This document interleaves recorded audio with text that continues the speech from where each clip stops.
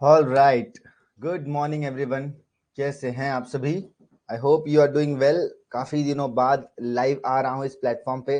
Feels good, really good. और आप लोगों को देखकर और ज्यादा अच्छा लग रहा है। So this is the first live class of this advance steno batch. हम बहुत कुछ चीजें आज कवर करने वाले हैं, ठीक है। एंड थोड़ा सा हम पढ़ाएंगे भी, ठीक है। तो ऐसा नहीं है कि सिर्फ चीजें ऐसे ही कवर होंगी, but you will also get to learn lot of new things. Okay, so भगवान का नाम लेकर let's start this batch. Okay, yes, good morning everyone. Morning. चलिए, मैं आप लोगों को स्क्रीन शेयर कर देता हूं, ठीक है। और कुछ भी आपको डाउट्स रहेगा तो डेफिनेटली आप चैट बॉक्स में इंसर्ट कर सकते हैं। मैं बीच बीच में चैट बॉक्स भी देखता रहूंगा। Okay, just second.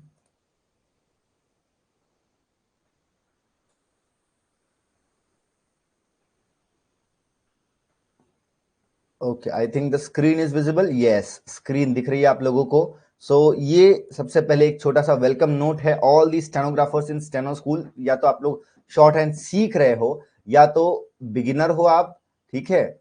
या तो फिर आप बिगिनर के बाद जो मीडियोकर आता है, मीडियोकर मतलब ज्यादा एडवांस भी नहीं और बिगिनर भी है, उसके बीच में, या तो फिर आप एडवांस स्टेनो हो, आपकी speed already 70, 80, 90 word per minute है, कुछ भी हो सकता है। तो ये सभी लोगों को स्टेनोग्राफर ही कहते हैं। डोंट वरी, सभी लोग कभी ना कभी किसी ना किसी फेज में होते हैं। ऑल राइट, अब हम शेयर करते हैं बैच की information. Is everyone ready for the batch information? चलो मैं आप लोग को दिखाता हूं and this is the batch information, ठीक है।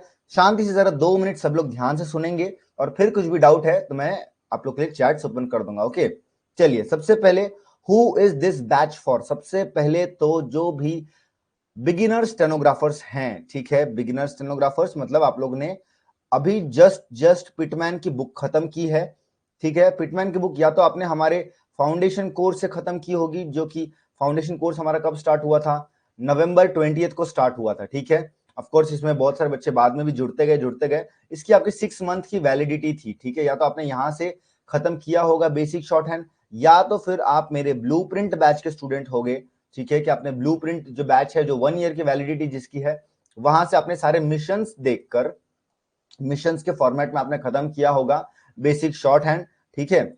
और या तो फिर आपने कहीं और जगह से, या तो ऑफलाइन मोड में किया होगा, या तो किसी और टीचर के पास में बेसिक शॉर्ट हैंड सीखा होगा। जो भी चीजें हैं, कहने का तात्पर्य यह है कि आपने बेसिक शॉर्ट हैंड खत्म कर दी होनी चाहिए। That is mandatory for this course.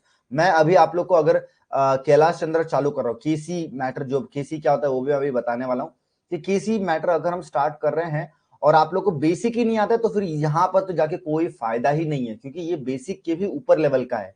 तो बेसिक आपका खत्म होना चाहिए। भले ही आपने 4 महीने में, 3 महीने में, 5 महीने में, 8 महीने में, या 1 साल में, 1 ईयर में, जितना भी टाइम में आपने शॉर्ट हैंड खत्म किया होगा, वो डिपेंड करता है आपकी एफिशिएंसी पर। लेकिन यहां पर हम आपको शॉर्ट हैंड में एडवांस लेकर जाएंगे। एडवांस में कैसे कैसे क्या क्या चीजें होंगी, धीरे धीरे एक एक स्टेप से आगे बढ़ेंगे। ऑलराइट, देन एडवांस स्टेनो के लिए भी ये बैच बहुत ही ज्यादा जरूरी है। एडवांस स्टेनो जिनको अपना बेसिक इंप्रूव करना है। क्या होता है ना कि जब आप एक टाइम के बाद में आप बेसिक खत्म कर देते हो और फिर उसके बाद में सीधा डिक्टेशन लिखना स्टार्ट करते हो, तो कई बार जैसा देखा गया है कि बच्चों के बेसिक्स में थोड़ा थोड़ा प्रॉब्लम आती है। और वो प्रॉब्लम स्टार्टिंग में तो थोड़ी सी रहती है, लेकिन डिक्टेशन लिखते लिखते लिखते लिखते लिखते लिखते लिखते लिखते वो प्रॉब्लम इतनी बड़ी बन जाती है। और एग्जाम के दिन यहाँ पर आ जाता है एग्जाम, और जब एग्जाम आ जाता है तो ये बड़ी प्रॉब्लम है कि भाई डिक्टेशन में कोई स्पीड नहीं आ रही है, डिक्टेशन में एक्यूरेसी नहीं आ रही है, डिक्टेशन की आउटलाइंस नहीं बन पा रही है, बहुत सारी दिक्कत होती है। तो इसीलिए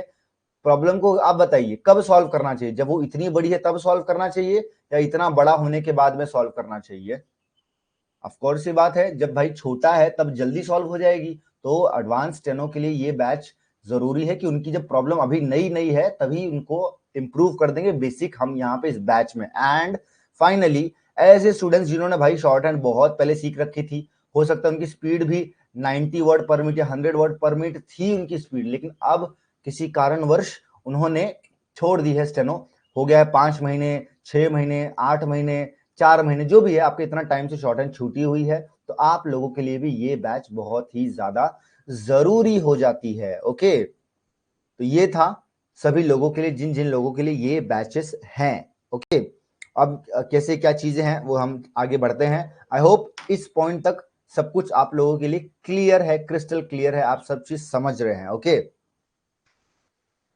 सो let's move to the next point, जो हमारा अगला पॉइंट है, जिसमें बात की गई है कि आप लोगों को क्या और करना है। एक सेकेंड, हाँ आ जाइए। How will KC be completed in this batch? KC का क्या मतलब है? केसी है नथिंग बट कैलाश चंद्रा। ठीक है, कैलाश चंद्रा सर हैं, उन सर थे, उनकी मैगजीन है ये, जिसमें पार्लियामेंट के डिक्टेशंस करवाए गए हैं। क्योंकि बहुत पुरानी मैगजीन है, ठीक है, आई नो दैट, लेकिन कई बार एग्जाम में डायरेक्टली इसमें से पैसेज आ जाते हैं। अब बताओ इससे ज्यादा इंपॉर्टेंट और कौन सी बुक होगी जहां पर शॉर्ट हैंड का स्किल टेस्ट जो आपका होता है ना, शॉर्ट हैंड के स्किल टेस्ट में सीधा इसमें से पैसेज आ रहा है उठ के, तब तो यार ये तो प्रीवियस ईयर से भी ज्यादा इंपॉर्टेंट हो गया। तो इसीलिए बहुत जरूरी हो जाता है स्टेनोग्राफर्स के लिए कि वो अपने शुरुआती दौर में केसी करे। लेकिन हम कैसे करवाएंगे सर जी? हम ऐसे करवाएंगे कि सबसे पहले ट्रांसक्रिप्शन, ट्रांसक्रिप्शन आपको पता है क्या होता है? जो भी शॉर्ट हैंड में लिखा रहता है उसको जब हम ट्रांसलेट करते हैं तो उस प्रोसेस को ट्रांसक्रिप्शन कहते हैं, ट्रांसलेशन नहीं, ट्रांसक्रिप्शन। ठीक है, तो वो जो ट्रांसक्रिप्शन है वो आपको सामने सामने हाथों हाथ लिख कर दिखाई जाएगी। ठीक है, हर एक आउटलाइन में अभी आपको थोड़ी ही देर में लिख कर दिखाऊंगा कि किस तरह से बताई जाती है। देन उसके बाद में क्या होगा? उसके बाद में उसी सेम आउटलाइन का डिक्टेशन होगा। कितने वर्ड पर मिनट पे? 60 वर्ड पर मिनट पे। ठीक है, 60 WPM, जो 60 वर्ड एकदम बेयर मिनिमम स्पीड होती है। जैसे मैंने भी आपको बताया था कि जब आप लोग हमारा फाउंडेशन बैच में या ब्लूप्रिंट बैच में किसी भी बैच से आप अपना बेसिक खत्म करते, तो मैंने कहा था 60 टू 65 या हो सकता है किसी किसी को 70 वर्ड पर मिनट की भी स्पीड हो। ठीक है, ये पिटमैन सर की बुक की स्पीड है, मतलब पिटमैन का जो एक्सरसाइज आप लिखते थे उसके एक्सरसाइज की ये स्पीड है। तो उसी के आसपास की स्पीड से हम स्टार्ट करते हैं आपका बेसिक। Got it? 60 के स्पीड पे आपका डिक्टेशन हुआ, फिर क्या होगा सर? फिर ये होगा कि आपको एक दिन में इतना ही करवाया जाएगा, पहले दिन की बात है। देन आपको भेज दिया जाएगा, आपको ये जो क्लास में करवाया है इसका आपको पीडीएफ मिल जाएगा। आपको प्रैक्टिस करनी है, टेलीग्राम ग्रुप पर अपने नोट्स भेजने हैं। जैसे आपने प्रैक्टिस किया पूरा एक एक्सरसाइज, उस प्रैक्टिस करके फोटो खींचो उसको, और टेलीग्राम जो हमारा बड़ा वाला ग्रुप है ना, स्टेनोग्राफर मास्टरमाइंड, ठीक है, आप लोग को सभी लोग को लिंक मिल जाएगा, कोई दिक्कत नहीं है। आपको एप्लीकेशन पर, ऐप पर भी आप होम पेज पर देखोगे तो आपको वहां पे टेलीग्राम का लोगो जहां पे मिलता है ना देखने, उसी टेलीग्राम के लोगो में आप ऐसे ऐसे कैसे तो लोगो रहता है, जैसा भी होता है, वहां पर आपको होम पेज पर मिल जाएगा ये वाला ग्रुप। ठीक है, इसमें 500 से भी ज्यादा स्टेनोग्राफर्स हैं। यहाँ पर आपको शेयर करना है, यहाँ पर मैं भी आपके नोट्स चेक करूंगा और बाकी स्टेनोग्राफर्स भी देखते रहेंगे। ठीक है, तो यहाँ पर आपको नोट्स शेयर करना है आपके। Got it? देन इसके बाद क्या होगा? आपने नोट शेयर किया मतलब आपने प्रैक्टिस किया। अब अगले दिन वही जो ट्रांसक्रिप्शन आपने पढ़ा था ना, जो पिछले बार पढ़ाई हुई थी, उसी की 80 और 100 के स्पीड पे डिक्टेशन होगी नेक्स्ट डे। मतलब ये जो आपने नोट्स किया है, आपने 60 या 70 WPM पे प्रैक्टिस करनी है। एक बार तो आपने नॉर्मल लिख लिया, दूसरी तीसरी 4-5 बार प्रैक्टिस कर लिया, फिर जब अगले दिन क्लास में आओगे तो आपका 80 और 100 की स्पीड पे डिक्टेशन होगा। सबसे पहले वही जो पुरानी एक्सरसाइज है उसका डिक्टेशन होगा, और फिर उसके बाद क्या करेंगे? फिर से हम नई एक्सरसाइज, नेक्स्ट एक्सरसाइज की तरफ हम बढ़ जाएंगे। नेक्स्ट एक्सरसाइज में भी क्या होगा? उसी तरह से मैं पहले आपको आउटलाइन समझाऊंगा हाथ से लिख कर, फिर उसका 60 वर्ड पर मिनट डिक्टेशन होगा, और फिर क्लास छोड़ दी जाएगी। ये प्रोसेस है, ये चलेगा कितनी क्लासेस तक? ये चलेगा अप्रोक्सीमेटली 40 से लेके 45 क्लासेस तक, प्लस माइनस 5 पकड़ लो, क्लासेस बढ़ भी सकती है, कम भी हो सकती है। ठीक है, आई होप आप लोगों के सीधा मस्तिष्क के अंदर जा रहा है जो भी मैं चीजें सिखा रहा हूं, समझा रहा हूं आप लोग को। Got it? एंड लाइव अगर आप देख रहे हैं तब तो बहुत ही अच्छी बात है, नहीं लाइव भी देख रहे हैं तब भी कोई दिक्कत नहीं है। ये बैच अभी तक एडमिशंस चालू हैं इस बैच में। ठीक है, ऐसा नहीं है कि मैंने सिखा दिया है, समझा दिया है, बैच चालू हो गया, अब क्या होगा कि कई बार 2-4 दिन तक फिर बच्चे बोलते हैं कि सर हमें एडमिशन दिला दो, एडमिशन दिला दो। तो इस बैच का एडमिशन चालू है 10 तारीख तक। ठीक है, 10 तारीख तक आप सभी लोग को ये जो डेमो वीडियो है इसको देखिए, इसके बाद में आज हम सिखाएंगे उसको भी आप देखिए। उसको देखकर आप अपना डिसीजन लीजिए कि ये बैच आपके लिए है, नहीं है, और कैसे कितना लाभदायक होगा ये आपको देखना है। क्योंकि अभी हम बात करने वाले हैं कि ये कौन कौन सी एग्जाम के लिए टारगेट करने वाली है ये बैच। ठीक है, ये तो बहुत जरूरी है। सर पहले ये तो बता दो कि इस एग्जाम से हम कौन से एग्जाम को निकाल सकते हैं इस बैच की मदद से। ठीक है, तो आइए हम बात करते हैं कि कौन सी एग्जाम्स आपके लिए होने वाली है इस बैच के बाद में। तो ये होगा, सबसे पहले तो आपको पता है एसएससी स्टेनो C&D, ये तो हमारा सबसे पहला टारगेट है सभी लोगों का। जैसे इस बार भी एग्जाम हुई है, तो इस एग्जाम में भी देखा गया कई सारे बच्चों का सिलेक्शन हुआ है। ऐसे ही आप लोगों को थोड़े दिनों में इंटरव्यू देखने मिलेगा हमारे चैनल पर ही, तो उस इंटरव्यू को भी आप देखिए कैसे क्या बच्चों ने पढ़ाई की है, क्या की है, क्योंकि SSC steno is the best जहां पर स्टेनोग्राफर्स जा सकते हैं। हर साल वैकेंसी आती, कोई दिक्कत नहीं है। इसके बाद में DSSB जो Delhi subordinate staff selection board है, वहां पर भी आपको पता है स्टेनो की वैकेंसी आती है, सीनियर स्टेनो की वैकेंसी आती है, पीए की आती है, पीएस की आती है, और अब तो जो दिल्ली हाई कोर्ट है, ठीक है, दिल्ली हाई कोर्ट हो गया, दिल्ली डिस्ट्रिक्ट कोर्ट हो गया, वहां पर भी वैकेंसीज कंडक्ट करवाई जा रही हैं। किसके लिए?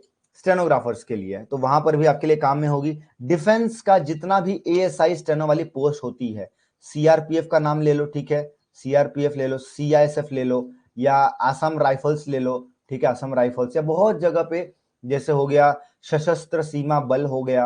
अब हर एक डिफेंस के बॉडी का नाम नहीं लूंगा मैं, लेकिन हर एक जगह पे जहां भी एएसआई स्टेनो इंग्लिश के डिक्टेशंस होते हैं, वहां पर आपको कैलाश चंद्रा का बैच जरूरी होने वाला है, क्योंकि हो सकता है कि वहां पर भी मैटर इस बैच से आ जाए। ओके, तो सबसे पहले एएसआई स्टेनो हो गया। देन डिफेंस का जो आपका फेवरेट है डीआरडीओ में भी स्टेनो की बढ़िया वैकेंसी आती है, 100+ वैकेंसी आती है हर 1 या 2 साल के अंदर अंदर। तो वहां पर भी आपके काम में होने वाली ये बैच। केवीएस में भी जो होता है केंद्रीय विद्यालय में, तो वहां पर भी स्टेनो की वैकेंसी आती है, ये काम का रहने वाला है। फूड कॉर्पोरेशन ऑफ इंडिया जो हो गया, या FSSAI हो गया, उसी तरह से रेलवेज हो गया। रेलवेज में आपको पता है 2024 साल के एंड में वैकेंसीज देखने मिलने वाली है। मैं खुद भी रेलवेज में ही हूं, तो वहां पर भी ये बैच आपके लिए काम की हो जाती है। और आगे लिखा है क्या? एक्सेट्रा, मतलब जितने भी और जनरल एग्जाम्स होते हैं, जनरल मैटर्स जहां पूछे जाते हैं, जनरल मैटर्स मैक्सिमम हर जगह पूछे जाते हैं except for court, not for legal. ठीक है, ये बैच लीगल वालों के लिए नहीं है। अगर आपका एम है सिर्फ और सिर्फ हाई कोर्ट में जाना, सुप्रीम कोर्ट में जाना, डिस्ट्रिक्ट कोर्ट में जाना, या कोई और कोर्ट में जाना, आपके घर के आसपास पोस्टिंग लेना, तो आप लोगों के लिए ये बैच नहीं है। ठीक है, डोंट परचेज दिस बैच, क्योंकि इसमें फीस रिफंडेबल नहीं है। आपकी क्लास दूसरे क्लास से एडजस्ट नहीं होने वाली, because nature of this product ऐसा है कि ऐसा नहीं कर सकते ना कि मैं आपको सर्विस दे दो, आप सर्विस ले लो, आप बोलो आप सर रिफंड चाहिए, ऐसा नहीं हो सकता। ठीक है, सर्विस वाले प्रोडक्ट में नहीं इतना पॉसिबल है।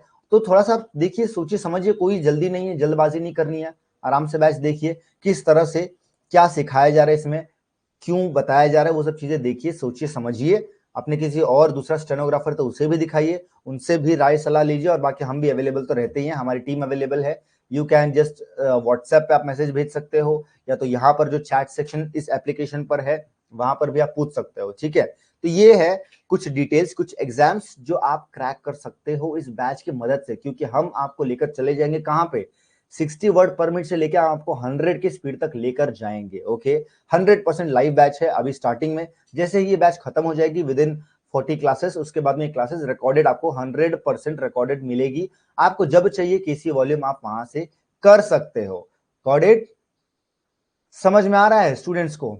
जरा सा चैट बॉक्स में थोड़ा सा अपना फीडबैक दे दीजिए, पता चला मैं अकेले अकेले बात नहीं कर रहा हूं, किसी को मैं बता रहा हूं। तो बताइए समझ में आ रहा है तो एस लिख दीजिए चैट बॉक्स में, एस से समझ, ठीक है, एस फॉर समझ। बताइए। सो हम नेक्स्ट कुछ अपने फेजेस में आगे बढ़ेंगे एंड देन, ओके, सुषमा को समझ आ रहा है। What about other? Akshat, I think Akshat को भी समझ में आ ही रहा है। सुबह सुबह नींद में मत रहना, काफी दिनों बाद हम लोग लाइव क्लास कर रहे हैं, ठीक है, तो ऐसा नहीं है सुबह सुबह सो रहे हैं, थोड़ा जागे रहना। ओके, आइए अब बात करते हैं इस बैच में और क्या क्या चीजें हैं। ठीक है, तो सबसे पहले तो ये तो 100% मैंने बता दिया आपको। अगर आपने लाइव क्लास मिस कर दी, सर अगर लाइव क्लास सुबह नहीं आ पाए, नेट चला गया, नींद आ गई, तबीयत खराब हो गई, ये वो बहुत सारी चीजें होती है। जब पढ़ाई की बात आती है तभी हर चीज होती है हम लोगों को। हाँ, ऐसे कोई दिक्कत नहीं होगी। अभी बोले मूवी देखनी है, कहीं घूमने जाना था, बढ़िया तबीयत एकदम रहेगी, रात को सोना बोलो, नींद ही नहीं आएगी एक्साइटमेंट के मारे, वो कुछ भी हो वहां पे सब बढ़िया रहता है, लेकिन पढ़ाई के लिए बोल तो अरे यार पढ़ाई के लिए मत बोलो। तो कोई बात नहीं, अगर आप लाइव क्लास नहीं अटेंड कर पाओगे तो आपको एवरी डे क्लास, जैसे आज की ये लाइव क्लास है कितने बजे, 8 बजे खत्म हो जाएगी, तो 8:30 या मैक्सिमम 8:45 तक आपको ये क्लास देखने मिल जाएगी आपके ही एप्लीकेशन पे जो आपने बैच परचेज किया है। अगर आपने परचेज नहीं किया है, आप सिर्फ फ्री डेमो देख रहे हो या आप लाइव क्लास में बस एंट्री ली है, तो आपको रिकॉर्डिंग कहाँ मिलेगी, कहीं नहीं मिलेगी। जब आपके पास में रखने के लिए है ही नहीं बैच, तो कहाँ रखोगे आप, नहीं रख सकते आप, तो आप सिर्फ लाइव देख सकते हो, वो भी कुछ क्लासेस लाइव चलेंगी, देन ये क्लासेस बंद हो जाएगी। लाइव क्लासेस में कंप्लीटली सिर्फ पेड बैचेस चलेंगे, जो बच्चे ऑलरेडी बैच में एनरोल्ड है उन लोग के लिए। ओके, देन सबसे बड़ा सवाल, how much time to gain 100 word per minute. Sir कितना समय लग जाएगा ये बता दो आप तो। इट डिपेंड्स भैया on your dedication and time devoted to study. अब भाई एक बच्चा जो सिर्फ 30 मिनट्स की पढ़ाई कर रहा है, क्या मैं उसको बोल दूं कि भाई तू एक महीने में 100 वर्ड पर मिनट की स्पीड पे आ जाएगा? बिल्कुल नहीं आएगा।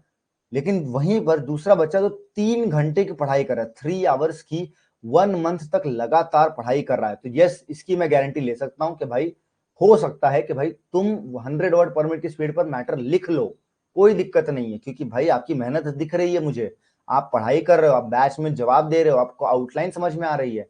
लेकिन भाई जो बच्चा 30 मिनट दे रहा है, 20 मिनट दे रहा है, 1 घंटा दे रहा है, उसके लिए मैं कैसे बोल सकता हूँ? नहीं बोल सकता। तो इसीलिए आप लोग पे डिपेंड करता है। आपके पास तो बैच की 4 महीने तक, 4 मंथ्स तक आपके पास वैलिडिटी रहने वाली है। जितना चाहो आप उतना समय दे सकते हो, लेकिन जितना ज्यादा समय दोगे उतना जल्दी आपकी स्पीड आएगी, उतना जल्दी आपका ट्रांजिशन होगा, शिफ्ट जो बोलते हैं ना बेसिक से लेके एडवांस स्टेनो में, तो वो आपका होगा। जितना ज्यादा समय आप देंगे उतना ज्यादा समय की प्रैक्टिस होनी चाहिए। ठीक है, समय देना मतलब ये नहीं कि बैच खोल के बैठे हैं बस वीडियो देखे जा रहे हैं, कोई टीवी सीरीज नहीं है कि जो आपको मजा आने वाला है।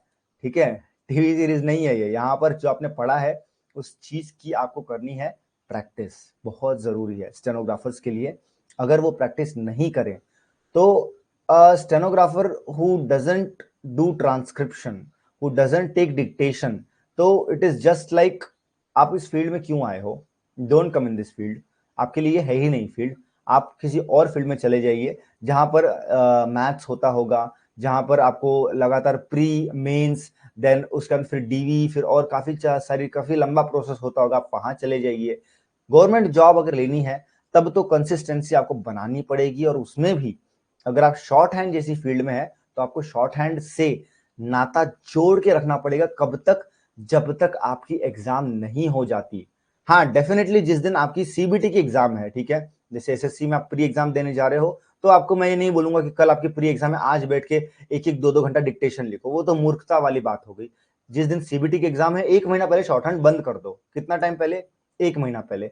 लेकिन 1 महीना पहले जब आप बंद करो तो मेक श्योर कि आपका कम से कम बेसिक भी खत्म होकर कुछ टाइम हो चुका है, आपने थोड़ा बहुत प्रैक्टिस किया है, 60-70 वर्ड पर मिनट की आपकी स्पीड है, तब जाके उसको बंद कर दीजिए। नहीं भी है तब तो क्या कर सकते हैं, बंद करना ही पड़ेगा आपको, तो उसको बंद कर दीजिए। उसके बाद में एग्जाम कराइए, दोबारा ये बैच को आप यूज कीजिए, यहाँ पे आपको स्पीड तक हम लेकर चले जाएंगे 100 की स्पीड तक। अभी ये एक वॉल्यूम है, ठीक है, वॉल्यूम 10 है, कुछ टाइम बाद में इसमें कोई और वॉल्यूम हम करा देंगे। ऐसे 2-3 वॉल्यूम जब हो जाएंगे तो आपकी प्रैक्टिस को आपको ज्यादा कंटेंट मिलेगा।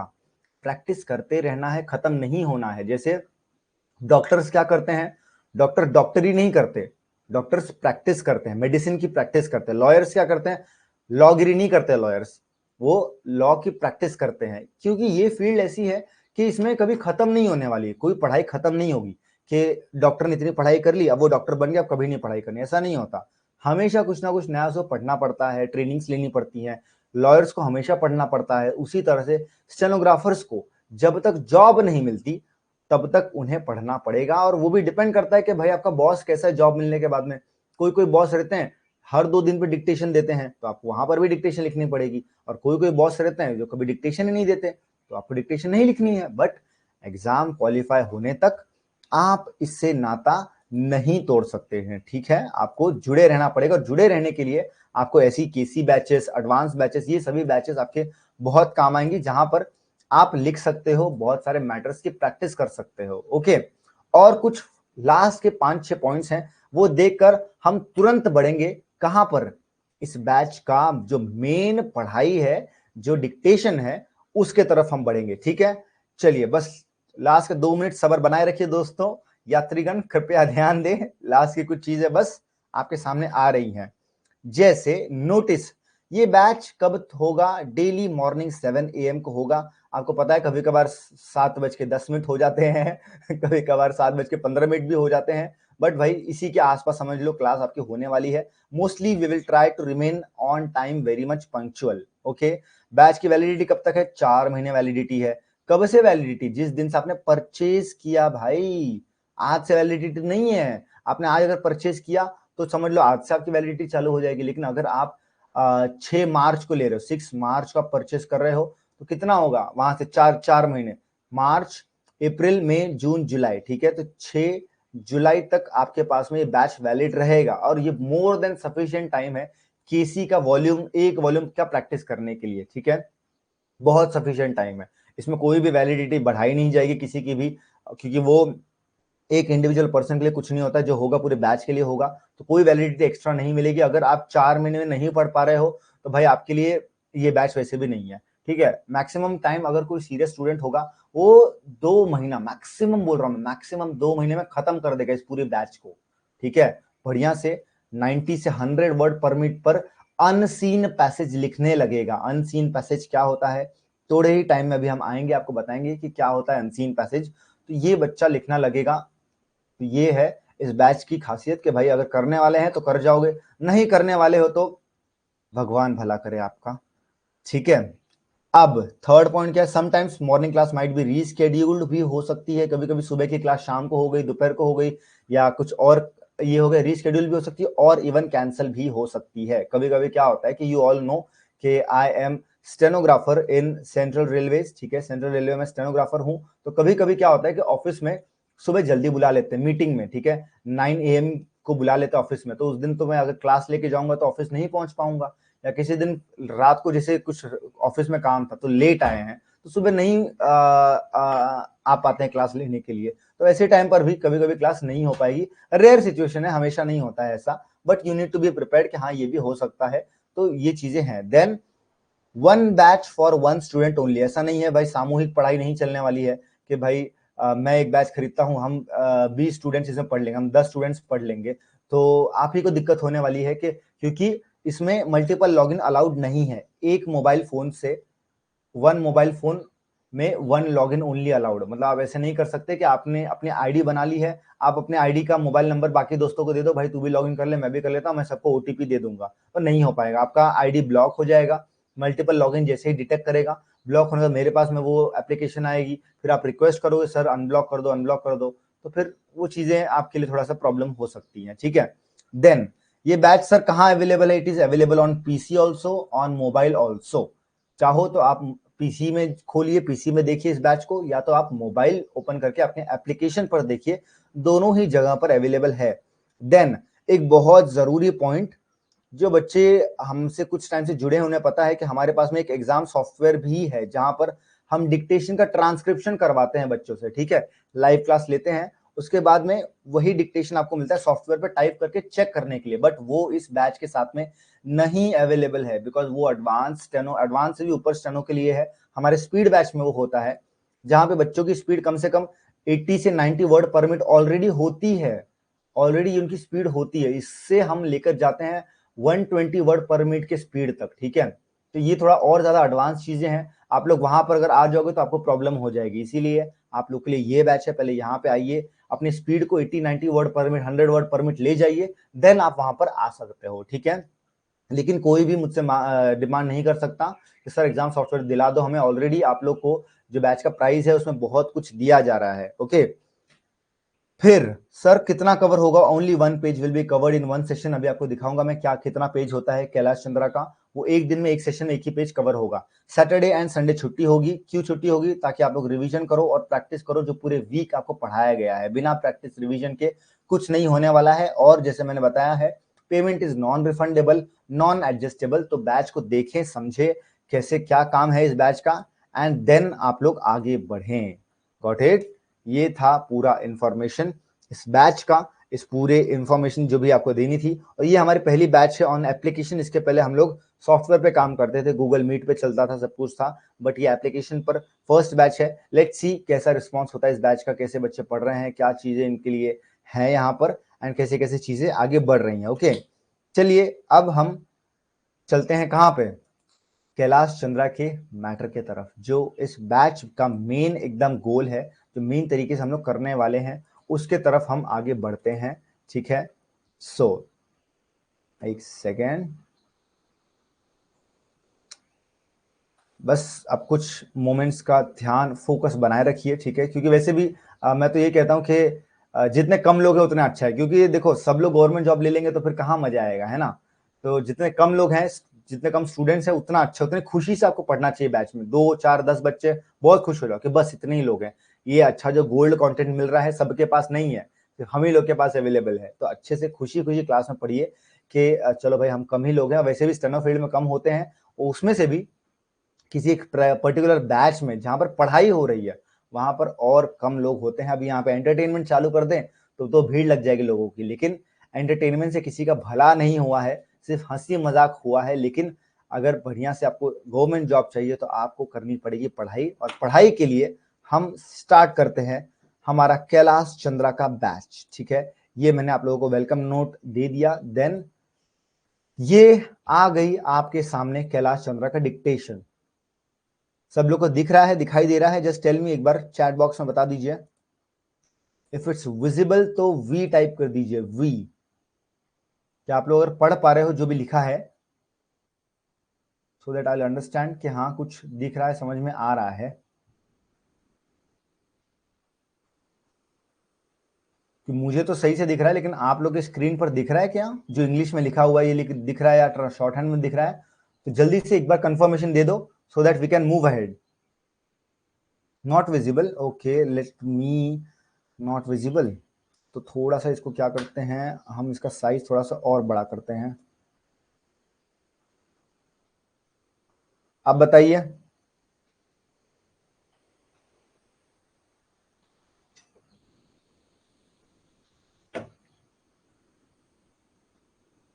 ये दिख, जो इंग्लिश में लिखा है ये दिख रहा है क्या आपको? इंग्लिश वाला, शॉर्ट हैंड वाला नहीं दिख रहा, कोई दिक्कत नहीं, इंग्लिश वाला अगर दिख रहा है तो बताइए।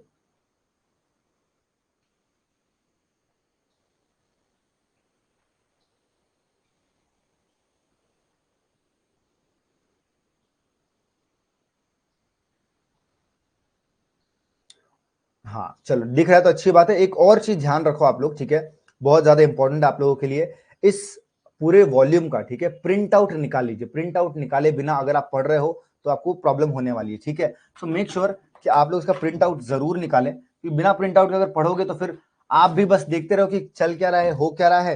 देखो इस तरह से प्रिंट आउट, जैसे देखो मैंने पूरा प्रिंट आउट निकाला हुआ है, इसका वॉल्यूम पूरा पड़ा हुआ है। तो जब एकदम रफ कॉपी, हार्ड कॉपी आपके पास पड़ी रहती है ना, तो उससे पढ़ने का एक अलग ही मजा आता है कि हाँ चलो ठीक है, यहाँ पर हम लोग ऐसे कर सकते हैं इस चीज को। तो मेक श्योर कि आप ये चीज कर लें यहाँ पर। हालांकि मेरे पास में जो प्रिंट आउट है ये है, आई थिंक वॉल्यूम 7 तक ही है, इसमें कोई बात नहीं। हम भी कल जो आप लोग को आज बताया गया है मैं खुद इस पर अमल करूंगा, मैं भी कल प्रिंट आउट लेके आ जाऊंगा ताकि आप लोग भी अच्छे से समझ पाए। ओके, चलो एक सेकेंड। हाँ, आइए आ जाते हैं स्क्रीन पर। तो देखिए ये क्या है कि कैलाश चंद्रा में क्या होता है कि ये जो आपको राइट साइड में दिया हुआ, ठीक है, ये राइट साइड में क्या है आपका, इसकी मैं बात कर रहा हूं, ये वाला जो दिया है, एक सेकेंड, ये है आपका पैसेज। ठीक है, एग्जाम में आपको यही इंग्लिश में बोला जाएगा, ठीक है, ये बोला जाएगा और आपको ये लिखना होगा। ठीक है, उसको इस लैंग्वेज में लिखना होगा। इसको हम एक एक वर्ड देखते हैं किस तरह से क्या लिखा गया है, आपको मैं समझाता हूं, साथ में आपको एडवांस आउटलाइंस भी बताता चलूंगा। ठीक है, और वो भी आपको जितना क्लास में बता रहा हूं बस इतना पढ़ लो। ठीक है, एक दिन की क्लास में जितना बताया गया है just study that, practice that, आराम से आपका काम हो जाएगा, कहीं और जाने की जरूरत नहीं है। ठीक है, इसमें ही आपका काम हो जाएगा। तो ये हम आपको आज समझाना स्टार्ट करते हैं। ठीक है, चलिए आइए, सबसे पहले कहाँ गया, और जैसे जो भी तरीका होगा, ये क्योंकि पहली क्लास है, ऑनलाइन हम लोग पहली बार इसको पढ़ा रहे हैं इस तरह से, इसके पहले ऑफलाइन पढ़ाया करते थे, तो जो भी आपको भी चीजें रहेंगी definitely there is lot of scope of improvement हर चीज में। एंड यू नो हम we are open to suggestions, advice, हर चीज हम लोग उस पर तुरंत काम करने की कोशिश करते हैं, जैसे भी जो भी होगा उस पर काम किया जाएगा। ओके, सो मेक श्योर कि आप लोग भी थोड़ा एक्टिव रहे क्लास में, आप लोग भी देखें कैसे क्या हो रहा है, एंड देन हम लोग भी आपके लिए यहीं बैठे हैं। आइए, सबसे पहले क्या दिया है, एक मिनट, पेन का colour is black.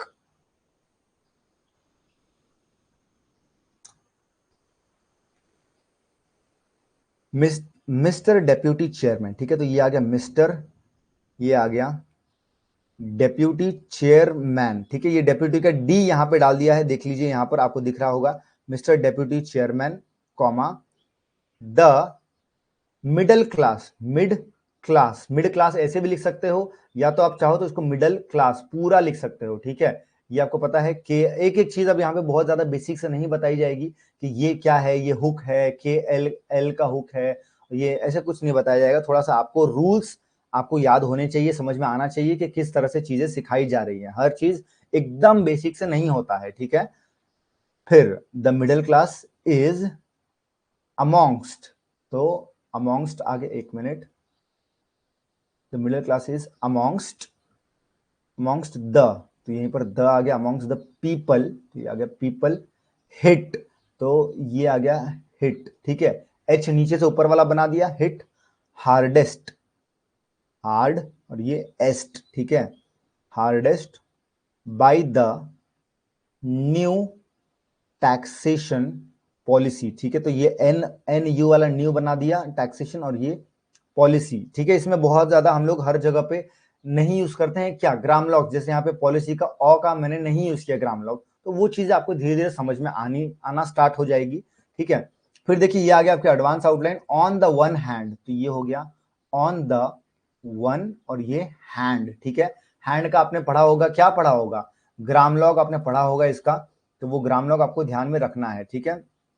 On the one hand the tax, TKX, tax on their income, ठीक है, इन और फिर से कम को अलग से लिख दिया, on their income is on the increase, तो ये on the increase, is on the increase, and there bye, ठीक है, यहां पे चाहो तो बाय का बाय लिख दो, and there buy their income, ये आ गया इन और ये come, and there buy their income is decreased, ठीक है, डिक्रीज चाहे तो DE लिखो या फिर चाहे तो डिक्रीज ऐसे लिखना है तो लाइन के ऊपर भी लिख सकते हो, is decreased, comma and on the other hand, and on the other and, ठीक है, ये आपको पता है अदर ऐसे लिखते हैं, इसको मैं हेल्प कर दूं तो ये ड का साउंड आ जाएगा, तो उसी तरह से एडवांस आउटलाइन आपकी बनती है ऑन द अदर हैंड, इसकी अलग से आपको प्रैक्टिस भी करनी है, तभी आपको ये पता चलेगा, कॉमा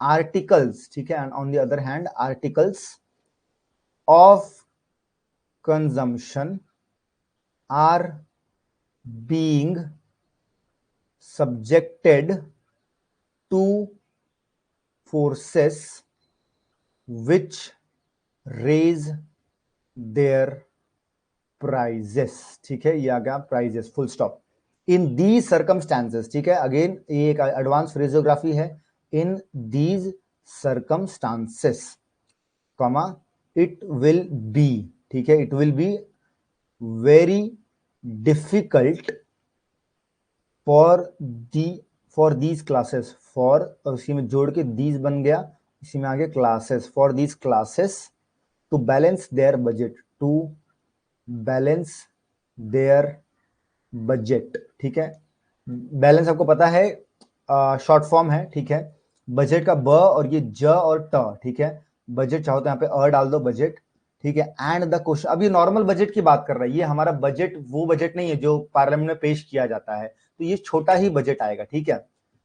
फिर उसके बाद आगे क्या, and the question of their saving, and the question, तो ये question, and the question of their savings, तो ये स व और ये इंग्स, ऑफ देयर सेविंग, सेविंग है, सेविंग्स नहीं है, तो ये सेविंग आ जाएगा, saving of their saving anything, इसको चाहो तो ऐसे भी लिख सकते हो, या तो चाहो तो ऐसे करके यहाँ पे ING का डॉट भी डाल सकते हो, जो भी आपको सही लगे आप उससे कर सकते हो, ठीक है, सेविंग एनीथिंग, ठीक है, एनीथिंग का एनी यहाँ पे डाल दो, and their investing, and their invest, और ये ING का डॉट डाल दिया, इन्वेस्टिंग देयर सेविंग्स, एक सेकेंड, इसको सेविंग्स फॉर पर्पजेस ऑफ, तो ये आ गया फॉर और ये पर्पसेस, ठीक है। पर्पज आपको पता है, पर्पज ऐसे लिखते हैं, लेकिन जब इसको हम फॉर पर्पज ऐसे कर दें तो वो इस तरह से उसको जोड़ दिया जाता है, ठीक है। For purposes of common good, ठीक है। इज वेरी प्रॉब्लमेटिक, तो ये एक सेकेंड, प्रॉब्लम का प्रो यहां आएगा, ब्लमैटिक, ठीक है, प्रॉब्लमेटिक, फुल स्टॉप, फिर क्या है, सर, तो ये आ गया सर, फिर कॉमा, द मिडिल क्लास, तो ये सर द मिडिल क्लास, ठीक है। और इसको आप लोग मिडिल क्लास इस तरह भी लिख सकते हो, sir the middle class, class नहीं क्लासेस है ना, तो ये डबल आ जाएगा, ऐसे आ जाएगा, सर द मिडिल क्लासेस, ऐसे बड़ा आ जाएगा, ठीक है। Is as is well known, तो ये आ गया एज इज वेल और इसी में नोन जोड़ दिया, ठीक है। आपको पता है ये वेल ऐसे बनता है, एज इज ऐसे बनता है और ये नोन ऐसे बनता है, तो इन सभी को जोड़ के एज इज वेल नोन यहां पर बना दिया गया है। As is well known are the backbone, ठीक है, ब क और उसी में बोन जोड़ दिया है, ऑफ दी सोसाइटी, ठीक है। तो ये सोसाइटी इस तरह से स और टी, सोसाइटी, सोसाइटी आपको समझ में आ जाएगा किस तरह से लिखना है, सोसाइटी। दे आर रियल, हम यहाँ पर हैं अभी इस समय, ठीक है। दे आर रियल वर्कर, साथ में चलिए ध्यान दीजिए, बस आपको देखना है किस तरह से चल रहा है। दे आर रियल वर्कर्स, तो ये workers of the land, of the, इसी में हम लैंड चाहो तो जोड़ सकते हैं साथ में, लेकिन चाहो तो इसको हम अलग लिख सकते हैं, ऑफ द, ये बन गया लैंड, ठीक है। And they should not be, देखो साथ में जोड़ दिया है, तो ये आ जाएगा and they should not be, इस तरह से साथ में जोड़ेंगे, ठीक है। नॉट बी डिसेबल्ड, तो ये डिसेबल्ड इस तरह से लिख सकते हैं। बाकी यहां पर कैसे लिखा है एक बार जरा देख लें, ताकि आप लोग को भी समझ में आ जाए जो मैं सिखा रहा हूं। एंड देयर, हाँ ये रहा डिसेबल्ड, इसी तरह से लिखा हुआ है, रुको मैं हाईलाइट करके दिखा दूं, वरना फिर ये देखो ये रहा डिसेबल्ड, ठीक है। ये रहा डिसेबल्ड जो हम लोग अभी पढ़ रहे हैं, एंड दे आर डिसेबल्ड और मेड वाइटली, तो ये वाई और ये टली, ठीक है, vitally, they are made vitally less, तो ये लेस एंथुसियास्टिक, अब ये अगेन आप लोग का कॉन्ट्रैक्शन है, ठीक है, एंथुसियास्टिक, इसको देख लो, याद कर लो उसको किस तरह से लिखते हैं, आप जब पिटमैन की बुक देखोगे तो वहां पर आपको ये मिलने वाला है, एंथुसियास्टिक बाय दीज मेजर्स, तो ये आ गया बाय और दीज साथ में आ जाएगा, और ये मेजर्स, तो ये बाय दीज मेजर्स इन, अच्छा इन ना, इन कॉन्ट्रीब्यूशन, कॉन्ट्रीब्यूटिंग, अच्छा ओके कॉन्ट्रीब्यूटिंग है, तो ये एक सेकंड, ये कॉन्ट्रीब्यूशन बना दिया है, एक मिनट,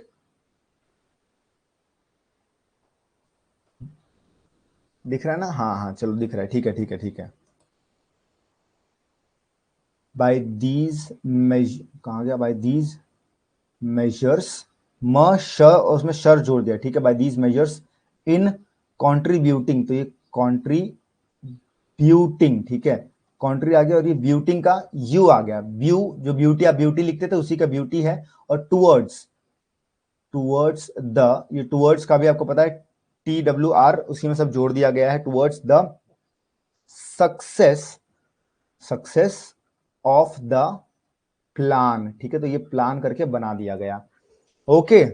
तो आई होप आप लोग को समझ में आया है कि किस तरह से ये आउटलाइन बनाई गई। ये हमारे कितने वर्ड्स हुए, अभी हमने 100 के आसपास वर्ड्स किए हैं, तो इसी में ये जो नेक्स्ट वाला पैसेज है ये करना है, और ये है पूरा एक पेज, ठीक है। एक पेज में कितने रहते हैं, टोटल 400 वर्ड्स रहते हैं, ठीक है। 400 वर्ड्स एक दिन में हम प्रैक्टिस करते हैं। इसको आप जैसे बहुत एडवांस लेवल पर नहीं हो, बेसिक एकदम बिगिनर हो, तो 100 वर्ड्स को तोड़ के 4 बार में प्रैक्टिस किया करो, जैसा पिटमैन में करते थे ना, पिटमैन में आपको 100 वर्ड्स की एक्सरसाइज रहती थी, उसी तरह से 100 वर्ड की एक्सरसाइज को आप देख देख के, जैसा आउटलाइन मैंने आपको यहाँ पे लिखा है, चाहो तो शॉर्ट हैंड देख देख के बनाओ, या तो चाहो तो अपने इंग्लिश देख देख कर बनाओ, ठीक है, जैसे भी आपको सही पड़े देख देख कर 3-4 बार प्रैक्टिस करो, और फिर उसका डिक्टेशन लो, जब भी आपको अभी डिक्टेशन में देने वाला हूं, तो वो डिक्टेशन लेना है और फिर आपको बढ़ना है आगे। समझ में आ रहा है आप लोगों को? ये पहली बैच इसलिए मैं बहुत स्लो जा रहा हूँ, बहुत ज्यादा मैं फास्ट नहीं जा रहा हूँ कि आप लोग के सर के ऊपर से ऐसा नहीं होना चाहिए, बहुत एक्सट्रीमली स्लो जा रहे हैं हम लोग, ठीक है। तो धीरे धीरे जैसे जैसे हम आगे बढ़ते जाएंगे थोड़ी थोड़ी स्पीड बढ़ती जाएगी, but you will catch it up very soon, क्योंकि आप लोग क्लास के बाद में, क्लास तो 1 घंटा चलती है, पूरे दिन में आपके पास 10-12 घंटे होते हैं पढ़ने के लिए, आप 1-2 घंटा और निकाल के इसको दोबारा प्रैक्टिस कीजिए, अच्छे से आपको और समझ में आएगा, ठीक है। तो आइए हम फटाफट से नेक्स्ट वर्ड्स देख लेते हैं, मैं आपको सिखा देता हूं एंड देन हम उसका डिक्टेशन लेके इस क्लास को आज वाइंड अप करते हैं। ओके, चलिए लास्ट का कुछ क्षण मैं आपसे लेना चाहूंगा, ठीक है, तो जरा सा फोकस बनाए रखिए। एक सेकंड, एक सेकंड। हाँ yes Aditya, good morning, late हो गए हो आप क्लास के लिए, टाइम पे आया करो, ठीक है। आइए, हाँ कहाँ है, अब हम आगे बढ़ते हैं थोड़ा सा। एक मिनट, जरा आगे बढ़ने से पहले एक चीज ये कर दे कि जो लिखा हुआ ना मैंने, इसको मैं थोड़ा सा और ऊपर लेके चला जाता हूं, ठीक है।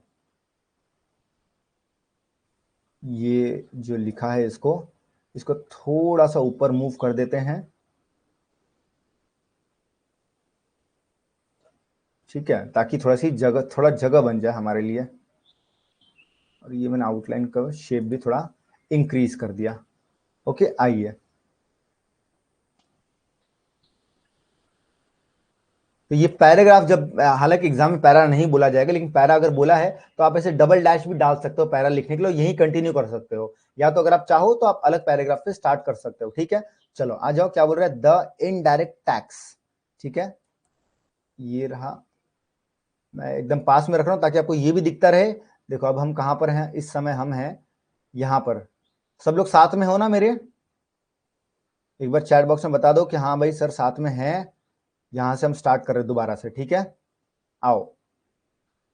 द इनडायरेक्ट टैक्सेस, ठीक है, the indirect taxes have really got a inflationary, तो ये आ गया इनफ्लेशन, और ये री इन्फ्लेशरी, इन्फ्लेशरी ही लिखा है लेकिन एन को यहां पे स्किप कर दिया है, ठीक है। अगर आप एन भी लिखोगे तो कैसा बन जाएगा, इनफ्लेशनरी, तो इतना सेंस नहीं बना, मतलब अच्छे से आउटलाइन नहीं बन पाएगी, तो इसलिए इन्फ्लेशरी, तो इन्फ्लेशरी आप समझ जाओगे कि इन्फ्लेशनरी ही लिखा है, ठीक है, स्किप किया गया है न को बीच में।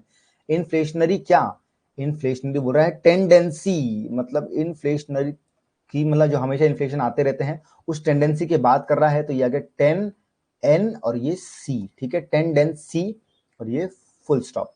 देन क्या है, to a complaint made, to a complaint made in this respect, तो ये याद रखना बहुत काम की आउटलाइन है ये, इन दिस रिस्पेक्ट हमेशा आता रहता है, ठीक है, तो इन दिस और इसी में जोड़ के रिस्पेक्ट, ऐसे पूरा कंप्लीट बना दिया इन्होंने, कोई दिक्कत नहीं है। इन this respect comma the honourable finance minister, ये भी बहुत कॉमन है, ठीक है, इन दिस रिस्पेक्ट कॉमा है, हाँ कॉमा है, तो ये कॉमा आ गया, द ऑनरेबल फिनांस मिनिस्टर, ऐसे भी कर सकते हो, और ऑनरेबल फिनांस मिनिस्टर, देखिए फन और ये एंस मैंने दोनों ही इसमें जोड़ दिया, और आपको पता है मिनिस्टर जो एस टी आर लूप है, वो एस टी आर लूप का यहाँ पे यूज किया गया है, ऑनरेबल के लिए ऑनर हमेशा यूज किया जाता है और इसी में बाकी चीजें जोड़ दी जाती हैं, ठीक है, या तो फिर सिर्फ सिंपल लिखना है तो ऑनरेबल ऐसे भी लिख सकते हो, लेकिन इसी तरह से लिखने की आदत डाल लो, ठीक है। सेड दैट द, तो ये आ गया सेड दैट द इन्फ्लेशनरी, आप पता है कैसे लिखना है, इन्फ्लेशनरी टेंडेंसीज, टेंडेन और ये सी स है, ठीक है, इसमें 2 बार स आ जाएगा, टेंडेंसीज आर ऑल रे, एक सेकंड, ऑल में तो ऑल आ गया और ये रेडी आ गया, are already there and that the government, अब गवर्नमेंट के लिए जी हम यहां से कैंसिल कर देंगे, कट कर देंगे उसमें, तो वो गवर्नमेंट के लिए देखो, गवर्नमेंट कैसे लिखते हैं, गवर्नमेंट पूरा लिखने जाए तो ये एम एन टी को आपको पता है उल्टा भी लिख सकते हैं, लेकिन हर जगह आप देखो गवर्नमेंट, क्योंकि हम गवर्नमेंट के ही स्टेनोग्राफर्स हैं, तो जी वो गवर्नमेंट वर्ड बहुत कॉमन रहता है, तो हर जगह कट करके जी से गवर्नमेंट बना दिया जाता है, ठीक है, तो आप भी इस तरह से बना सकते हो, गवर्नमेंट थ्रू दीज ना, थ्रू दीज एक्सरसाइज, अरे देखो ये तो बड़ा कॉमन वर्ड है यार, आप लोग ने अलग से प्रैक्टिस किया था एक्सरसाइज इस वर्ड की, ठीक है, तो एक्सरसाइज को यहां पर क्या किया गया है, इन्होंने एक्सरसाइज ड्यूटी, अच्छा एक्सरसाइज लिया, ओके एक्सरसाइज नहीं एक्सरसाइज है, तो ये एक्साइज और इसी में ड्यू और ये टीज जोड़ देंगे, ठीक है। एक्साइज ड्यूटीज को साथ में लिख दिया है, ठीक है। Excise duty will be able to, ठीक है। इस तरह से ये बड़ा ही एबल टू का बड़ा ही कॉमन यूज रहता है, इसको आप लोग समझ लो। विल इसी तरह से लिखते हैं, will be able to mop up, ठीक है। तो ये मॉ और ये प, मॉप अप, ठीक है। कहां गया मॉप अप अ पोर्शन, अ पो र और ये शन, ठीक है। पोर्शन का ओ खिर दिया और ये र शन, mop a portion of the extra, तो ये आ गया एक्सट्रा, ठीक है। एक्स्ट्रा, एक्स्ट्रा प्रॉफिट्स ना, तो ये प्रॉफिट्स, ठीक है। Extra profits for the benefit of the, for the benefit तो दो तीन तरीके से लिखेंगे, चलो यहां पर इसी तरह से कर देते हैं। बेनिफिट मतलब बेनिफिट ऐसे भी कर सकते हैं हम, बेन उसी में करके फट करना, लेकिन आप लोग अभी फिलहाल ऐसे ही पढ़ो। Benefit, for the benefit of the x checker, ठीक है। तो ये एक्स चे और ये कर उसी में जोड़ दिया गया, x checker. And he implied, तो ये एंड ही इम्प्लाइड, तो ये इम और ये प्लाइड, ठीक है। And he implied that these, that these excise duty, again excise due और ये tease, and these excise duties need not, तो ये नीड और उसके साथ में नॉट भी हम जोड़ देंगे।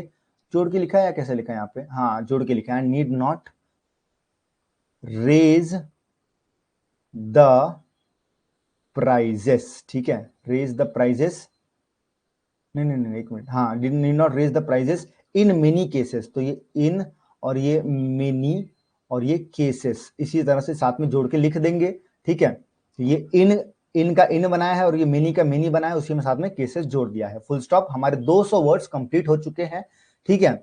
आगे बढ़ते हैं। The inflationary tendencies are due to the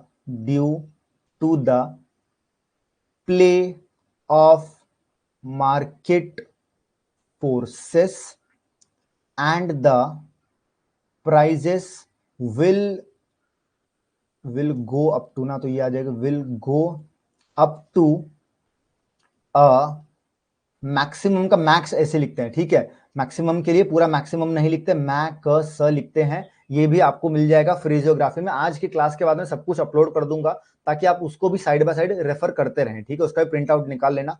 जो फ्रेजियोग्राफी है अच्छी वाली, वो सभी आपके काम में आने वाली है यहाँ पर, ठीक है। मैक्सिमम दैट कैन बी, ठीक है। दैट कैन बी बोर्न, तो ये आ गया बोर्न, कैसे लिखेंगे बो, सेकंड बो र और ये न, ठीक है। That can be borne by the consumer, ठीक है। कन का कौन लिखा, स म र, इस तरह से कंज्यूमर लिखा। या तो फिर आप इसको इससे भी कर सकते हो, कंज्यूमर, म को डबलिंग कर दिया तो मर भी बन जाता है, पता है आपको, कौन सा मर, तो ये कंज्यूमर भी इस तरह से बन जाता है, कंज्यूमर। Full stop. फिर यहां पर है हम सर ही सीम्स, ये आ गया सर कॉमा ही सीम्स, चाहो तो साथ में लिख लो, लेकिन चाहो तो अलग लिख दो, आप पे डिपेंड करता है कि आपको कैसे समझ में आ रहा है। Sir he seems to have a tender, तो टेंडर में चाहो तो टेन और ये ड और ये र ऐसे करो, लेकिन और बढ़िया से अगर लिखना चाहो तो एक सेकेंड इसको डबलिंग कर दो, ठीक है। तो ये टेंडर बन जाएगा, ये बन गया आपका डबलिंग, टेंडर। हाँ have a very tender heart, तो ये हार्ट बन गया। For the inflationary tendency, tendency ये वर्ड, तो टेंडेंसी तो आप लोग को आज याद हो ही गया होगा। टेन और इसमें एन को हेल्प करके एंड कर दिया और ये सी कर दिया। टेंडेंसी हैज गॉट एनी, ठीक है। एनी कंपंक्शन, कंपंक्शन तो कंपनंक्शन, ठीक है। ये कॉम का डॉट डाल दिया, कौन कॉम का डॉट आपने सीखा हुआ है, तो ये कॉम प न और ये शन, कॉम्पनशन। और कंसिडरेशन, तो ये कंसिडरेशन इस तरह से हम बनाते हैं, इसी में एस डी आर सब कुछ यहीं पे जोड़ देते हैं, ठीक है। याद रख लेना, कंसिडरेशन इंपॉर्टेंट आउटलाइन है। कंसिडरेशन फॉर दी एबिलिटी, ठीक है। एबिलिटी आपने पढ़ा होगा कि एबिलिटी को हम इस तरह भी लिख सकते हैं, और या तो फिर एक सेकंड, एबिलिटी इनएबिलिटी कहाँ गया, फॉर द इनएबिलिटी है, ओके, तो ये इन एबिलिटी, ठीक है, बी को डिसजॉइन कर देंगे तो लिटी बन जाता है, तो जिसमें आगे जो भी जोड़ दिया है आपने तो उसी तरह से उसकी आउटलाइन यहाँ पर बताई गई है। एंड द बीच में गायब हो जाता हूँ, हाँ ये रहा, इनएबिलिटी ऑफ द कंज्यूमर, तो ये आपका कंज्यूमर आ गया, टू बेयर, ठीक है, एक सेकेंड, बी और ये आर, तो ये bear, to bear of consumer, to bear the prices, to bear the prices,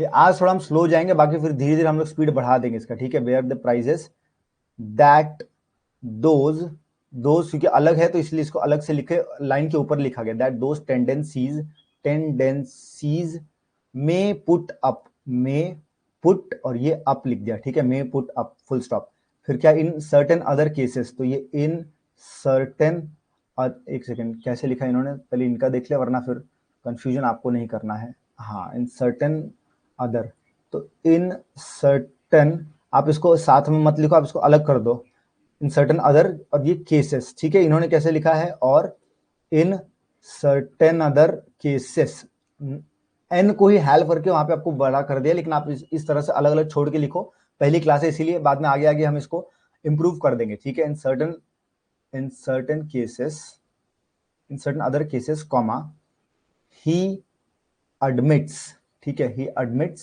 that the excise duty, that the excise duty, ठीक है, अच्छा ड्यूटीज है ना, हाँ, तो इस तरह से पूरा आ जाएगा, excise and the excise duties are designed to restrain consumption, are designed to restrain consumption, ठीक है, आइदर टू ब्रिंग अबाउट, ऐसे साथ में जोड़ के लिख सकते हैं, ठीक है, ब्रिंग और उसमें बाउट लिख दिया, ठीक है, ब्रिंग बाउट है तो वो आपका ब्रिंग अबाउट ही बनता है, ठीक है, एंड टू ब्रिंग अबाउट कहां गया, to bring about internal investment, ठीक है, तो ये इंटर और ये नल, इस तरह से इंटरनल आप बना सकते हो, और इन्होंने कैसे दिया है एक बार देख लें जरा, अच्छा, अरे बाप रे, पूरा इन्होंने दे दिया है, चलो ठीक है, तो ये इन और ये नल, ठीक है, इंटरनल इन्वेस्टमेंट, तो ये इन्वेस्ट, बस इतना ही करना, इन्वेस्टमेंट के लिए आप लोग देखोगे कि इसका भी आपको शॉर्ट फॉर्म एक जगह मिलने वाला है, इंटरनल इन्वेस्टमेंट, और टू क्रिएट, ठीक है, ये इस समय क्रिएट भी करते हैं, और to internal consumption, line miss कर दी क्या मैंने, रिस्ट्रेन, एक सेकेंड, और इंक्रीज एक्सपोर्ट, हाँ, इंटरनल कंजम्पशन, इंटरनल इन्वेस्टमेंट, हाँ, तो इंटरनल इन्वेस्टमेंट तक तो ठीक है, देन और टू इंक्रीज एक्सपोर्ट्स ना, और टू ये आ गया इंक्रीज एक्सपोर्ट्स, ठीक है, तो ये आ गया आपका exports, and to increase exports full stop, in certain cases, तो अगेन इन सर्टेन, यहां पर आप इसको जोड़ सकते हो, इन सर्टेन केसेस, तो केसेस का सेस आप यहां पे बना सकते हो, ठीक है, in certain cases I admit that higher prices may restrain, तो ये आ गया मे और ये restrain, may restrain and restrict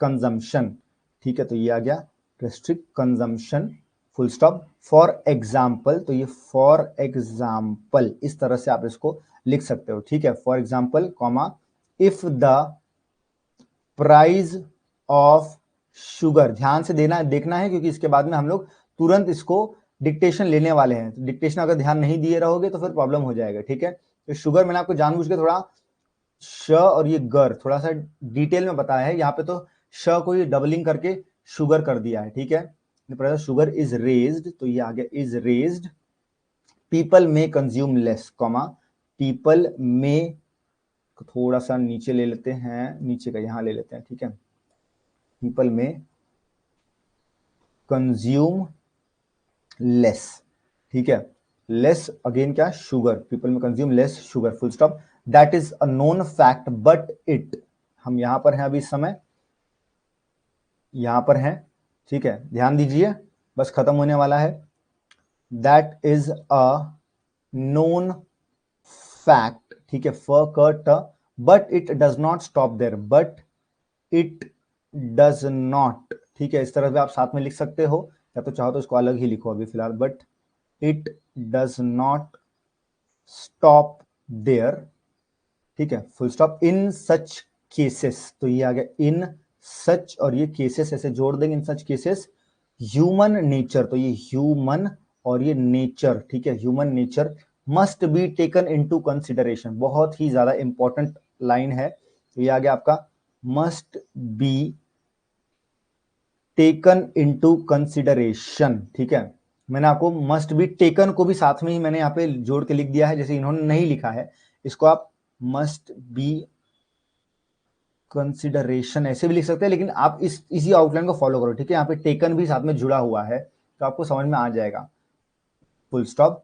it is a matter of, तो ये it is a matter of common knowledge, common knowledge, ठीक है, नॉलेज का एन और ज लिखते हैं, that if sugar is beyond the reach of people, that if sugar is beyond the reach of people, they do not stop there, they do not, एक second, do not stop there, comma, they take to other alternatives, तो they take to other alternatives, ठीक है, alternatives, चलिए alternatives नहीं है, सिर्फ alternative है, okay, alternative, alternative articles, तो ये आ गया articles, ठीक है, comma, they go in for good, तो दे गो इन फॉर गुड, तो ये गु और ये ड इस तरह से यहाँ पे लिख देंगे, गुड, ठीक है, एक सेकेंड, गुड वो तो डिपेंड करता है कि आप इसको कैसे पढ़ रहे हो, जैसे इन लोग ने क्या किया है, इन लोगों ने उसको किया है, दे में गो फॉर गुड, ओके, र ही किया है, GUR, तो ये चलो मान लो ग और ये र, इसी तरह से लिख दो, दे में गुड फॉर गुड और other such things, or other such things, and therefore no saving, and therefore, एक सेकेंड, and therefore इस तरह से लिखते हैं, and therefore no saving is affected thereby, ठीक है, फुल स्टॉप। सो ये हो गया आपका पूरा का पूरा आउटलाइन, जो कि है पैसेज, अभी अभी हमने पढ़ा है, इस पूरे पैसेज की आउटलाइन है ये, थोड़ा सा आप देखो कि क्या कहते हैं, नहीं इतना ज़्यादा आउटलाइन इसमें बन पाई है एक जगह पर, बट फिर स्टिल यू विल अंडरस्टैंड कि भाई चीज़ें कैसे क्या है, ओके, लेट मी जस्ट थोड़ा सा इसको अरेंज कर दूं, सो दैट आप लोग को भी समझ में आ जाए किस तरह से लिखा है क्या है, ओके, सेकेंड,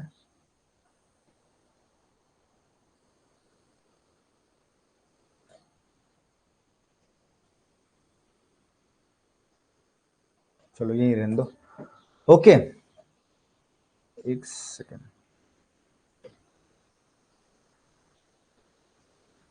चलो, so this was the dictation आप लोग का, जो कि कैसे लिखा गया आप लोग के सामने, आई होप समझ में आया है। Sushma, just give me some feedback कि हैव यू अंडरस्टूड, आपने देखा कैसे कैसे प्रिंसिपल्स लग रहे हैं, जो भी आपने प्रिंसिपल्स सीखे हैं, जो भी आपने शॉर्ट हैंड का बेसिक पिटमैन का सीखा हुआ है, वो आप लोग को यहाँ पर लगता हुआ दिख रहा है। देखो, आई अंडरस्टैंड बहुत सारी चीजें, बहुत सारी क्या ऑलमोस्ट 70-80% चीजें आपके सर के ऊपर से गए होंगी, आपको नहीं समझ में आया होगा, but still that is something जो इसी तरह से आपको थोड़ा रुकना है, थोड़ा सा आपको कंटिन्यू करना है। पहली क्लास थी, थोड़ा सा हम भी यूज टू नहीं थे इस चीजों से कि कैसे कैसे क्या क्या हो रही है, बट यू नो कि भाई स्टार्टिंग में 2-3 क्लासेस में प्रॉब्लम होती है, उसके बाद में वी जस्ट पकड़ लेते एक बार फ्लो ना, तो आपका और हमारा तालमेल बहुत अच्छे से बैठ जाता है, ठीक है, आप भी पढ़ते हो, हम भी पढ़ते हैं, एंड यू हैव सीन कि कंसिस्टेंटली अगर आप रहोगे तो आपका काफी ज्यादा सिलेबस खत्म हो जाता है। तो ये क्लास उसी के लिए है। अब आपको कोशिश करनी है डिक्टेशन लिखने की, ठीक है, मैं 60 वर्ड पर मिनट डिक्टेशन दे रहा हूं आप लोग को, यही जो 400 वर्ड्स हमने अभी किए हैं, इसी का आपको डिक्टेशन दे रहा हूं, आप लोग को इस डिक्टेशन को लिखने की कोशिश करनी है, ठीक है। 60 की एकदम लो स्पीड रहेगी, कोई भी ऐसा प्रॉब्लम नहीं आएगा आप लोग को कि मतलब कुछ बने, जो वर्ड्स पकड़ पा रहे हो, जितना भी आप लोगों को आ पा रहा है लिखना, उतना आप लिखना स्टार्ट कर दो, ठीक है। और बाकी फिर क्लास होने के बाद में आप लोग के पास में तो ये ऑडियो वगैरह सब कुछ मिल जाएगा आपको क्लास के इसमें, तो फिर उसको आप दोबारा रिपीट कीजिए, जो डिक्टेशन दिया उसकी प्रैक्टिस कीजिए, और यही प्रोसेस चलता रहेगा आपका आगे।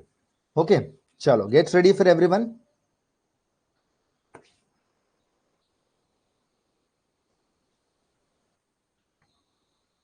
मैं एक बार जरा आप लोग को दोबारा दिखा दूं हमारा जो पेज हमने प्रैक्टिस किया है अभी लिखने से पहले, डिक्टेशन लेने से पहले, ठीक है। ये है हमारा पूरा प्रैक्टिस का पेज, ये यहाँ पे शॉर्ट हैंड दिया हुआ है, हमने इसको भी शॉर्ट हैंड में लिखा। कल से हम कोशिश करेंगे कि थोड़ा सा इसको और ज्यादा इम्प्रोवाइज कर दें, बट आज के लिए फॉर द टाइम बिंग ये इसका अभी आप हम लोग लेने वाले हैं डिक्टेशन, ठीक है। ये जो पूरा है मैं अभी आपको ये बोलूंगा 60 के स्पीड पर, और ये जो आउटलाइंस हमने यहाँ बनाई है, जो दिख रहा है आपको, ये आउटलाइंस इसी तरह से आप लोग को बनाना है। जो आपको समझ में आता है, जैसे समझ में आता है वैसे बनाइए, कोई दिक्कत नहीं। नहीं समझ में आ रहा, क्लास खत्म होने के बाद में आप दोबारा जाइए, दोबारा इसको पढ़िए, आउटलाइंस को इसकी प्रैक्टिस कीजिए, एंड देन डिक्टेशन लीजिए, ठीक है। चलो everyone, get ready for the dictation. Dictation starts in 5 seconds, please be ready.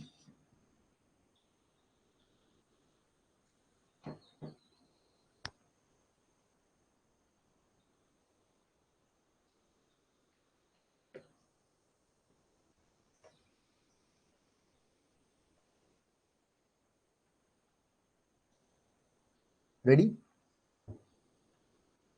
Steno school Kailash Chandra matter at, एक सेकंड एक सेकंड एक सेकंड, हाँ। Steno school K C matter volume 10 transcription 199 at 60 word per minute, 3 2 1 start। Mr. Deputy Chairman, the middle class is amongst the people hit hardest by the new taxation policy.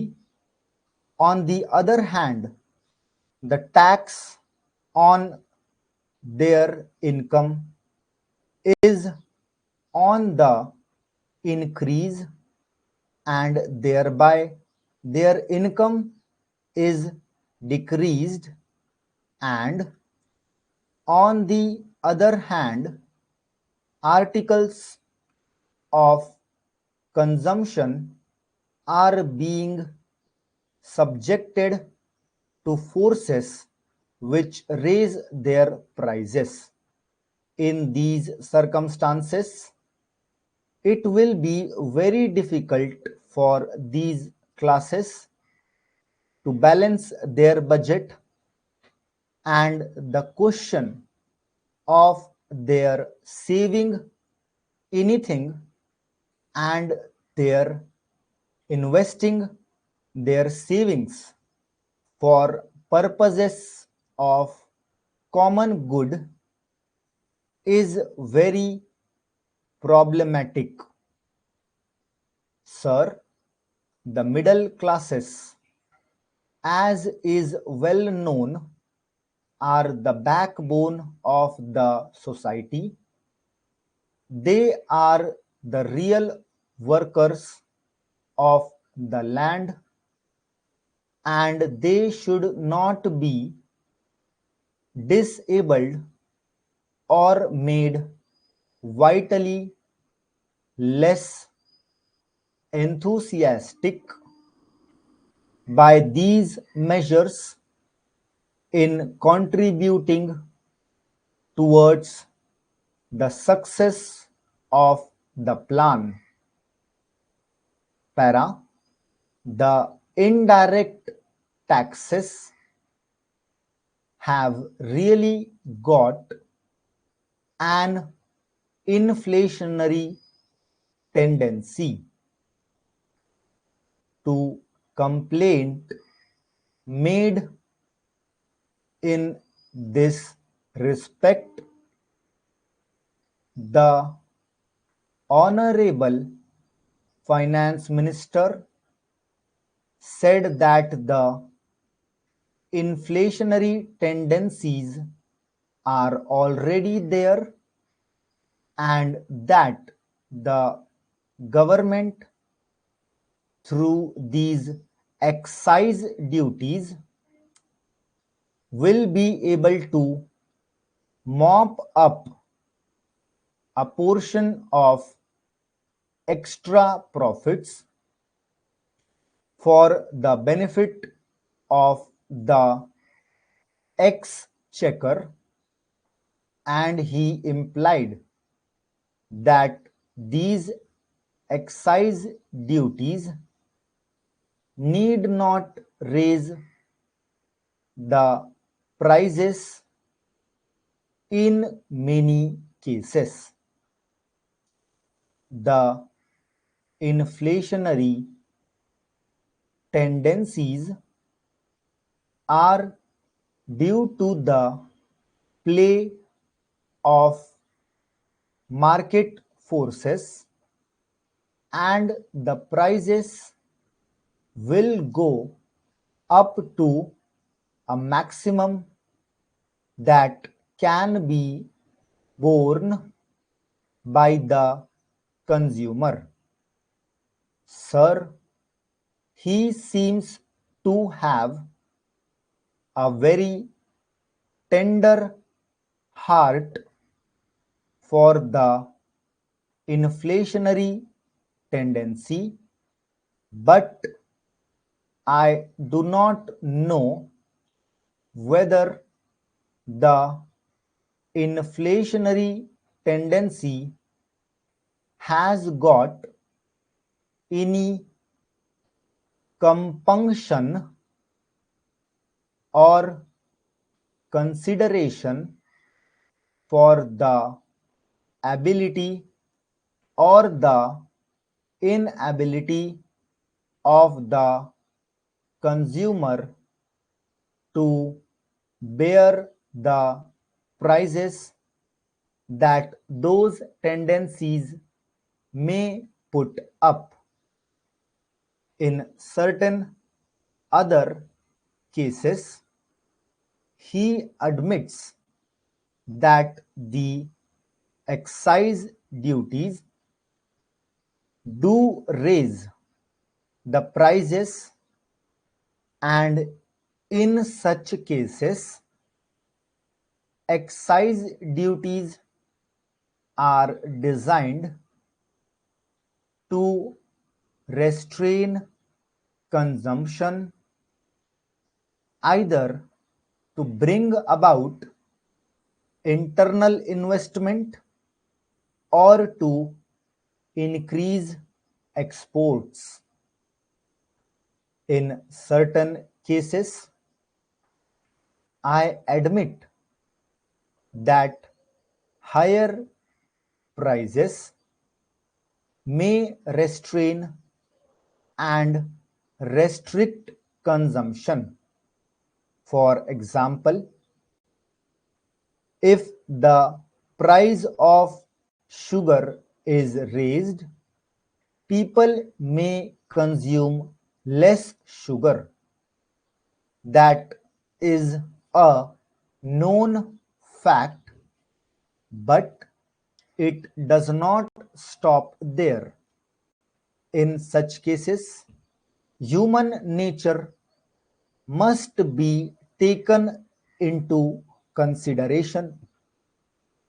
It is a matter of common knowledge that if sugar is beyond the reach of the people, they do not stop there. They take to other alternative articles.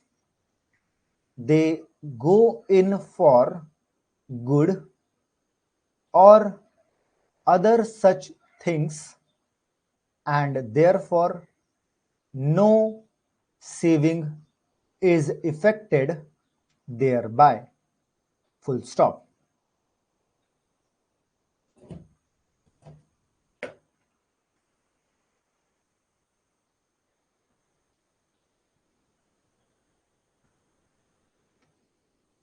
कैसा लिखा गया ये matter बताइए।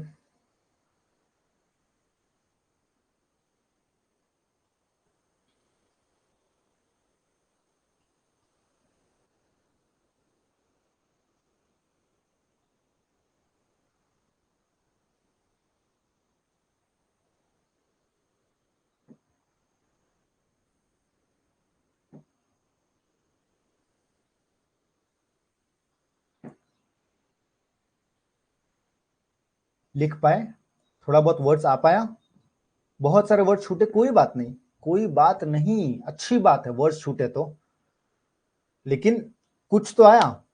10% आए words, 400 words में से 40 word तो लिख ही लिया होगा यार, हैं?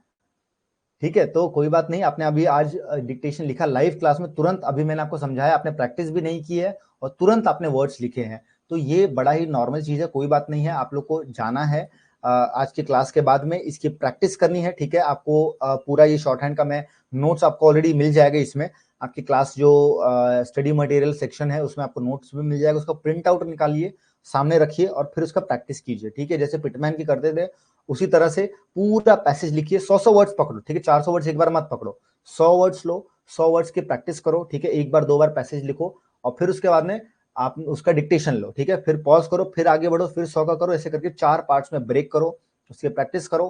एंड जो भी वर्ड्स दिए गए हैं साथ में, जैसे इन दीज सर्कमस्टांसेस है तो उसको लिखो, इन दीज सर्कमस्टांसेस पूरा से प्रैक्टिस करो, ठीक है। 4 लाइन 5 लाइन जैसे आप करते थे ना ट्रेडिशनल तरीके से, उसी तरह से हर एक वर्ड जो बहुत डिफिकल्ट है उसकी प्रैक्टिस करो अलग से, और फिर उसके बाद में आप आगे बढ़ो। कल की क्लास में जब आप आओगे तब आपको इसी मैटर का जो आज 400 वर्ड से इसका 80 पे डिक्टेशन दिया जाएगा।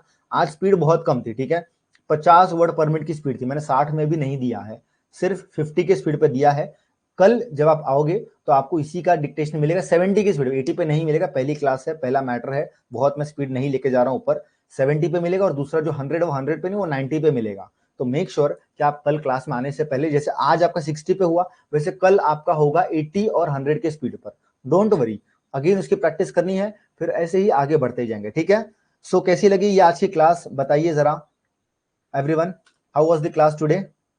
Was it good? लग रहा है कि हाँ क्या कहते हैं, शॉर्ट हैंड हो जाएगा, स्पीड आ जाएगी, आज नहीं तो कल इस बैच के खत्म होते होते कुछ ना कुछ तो हम सीख कर ही जाएंगे। थोड़ा सा फीडबैक दे दीजिए सो दैट हम कल भी स्टार्ट करें हमारी क्लास को। और ये 2 क्लास होने वाली है, ठीक है। इसके बाद में फिर जो होगा बीच में गैप रहेगा ताकि वो एडमिशंस ओपन रहे। आप लोग आइए, अपने बाकी फ्रेंड्स को एडमिशन दीजिए। एंड जो मेरे एग्जिस्टिंग स्टूडेंट्स हैं, ठीक है, जो स्टेनो स्कूल में एग्जिस्टिंग स्टूडेंट्स हैं, उन पर काम चल रहा है, उन लोगों को कैसे बैच में ऐड करना है, वो बैकएंड से कुछ होने वाला है आप लोगों को। तो आपको बैच नहीं परचेज करनी है, ठीक है। जो डिस्काउंटेड अर्ली बर्ड का डिस्काउंट है दैट इज फॉर एवरीवन, जो बाहर के लोग हैं जो बैच में आना चाहते हैं उनके लिए डिस्काउंट है।